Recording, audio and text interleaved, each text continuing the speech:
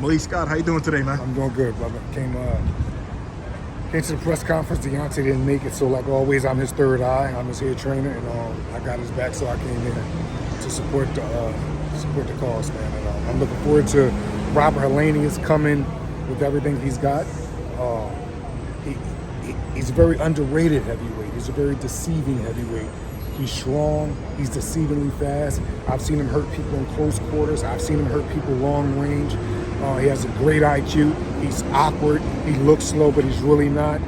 He's not a gym fighter. We sparred him tons of times, but he's not good in sparring. He's good when it's time to be good, and that's under the lights. So it's a very dangerous fight, and it's a very dangerous fight coming off of him having 2 good wins. So for Deontay to pick this guy for his first fight back, it says a lot about Deontay and the mission that he's on, and him believing in high-level matchmaking in this.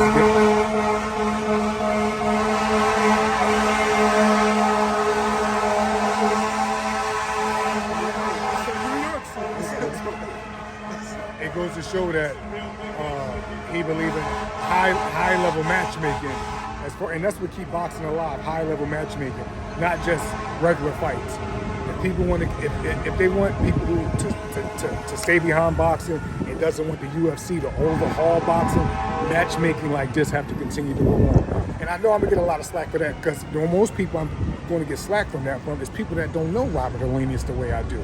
I was supposed to fight him before. I've been in tons of camps with him before. I've film studied him for the last probably 10, 12 years. And this is another thing that people have to keep in mind. There's an interview that has been going around ever since the great late Emmanuel Stewart passed away.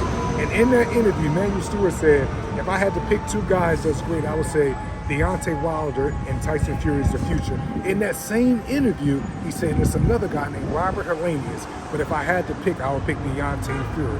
But there's another guy named Robert Helenius. Emmanuel Stewart, fuck what I'm saying. Emmanuel Stewart said that this guy was the real deal. Years later, we're right here fighting him at the Barclays on October 15th. And it's a dangerous fight, and Deontay is preparing for such as a dangerous fight. And what we're doing, I believe Deontay should take him out surgically with tons of humility, and I'm looking for him to make a great statement.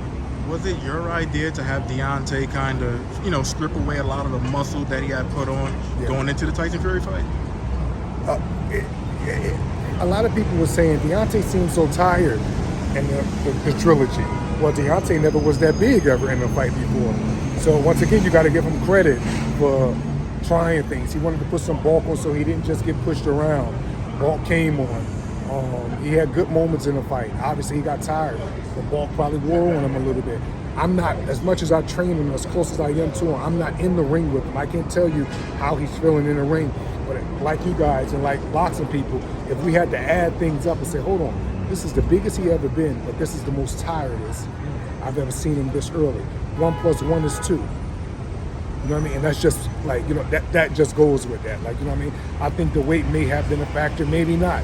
But if I had to bet on it, I would say him being as big as he was for that fight and him looking as tired as he did to most people, maybe the weight did have a factor. But either way, as you can tell, that so-called wrong has been made right, because when you look at him now, he's lean and mean.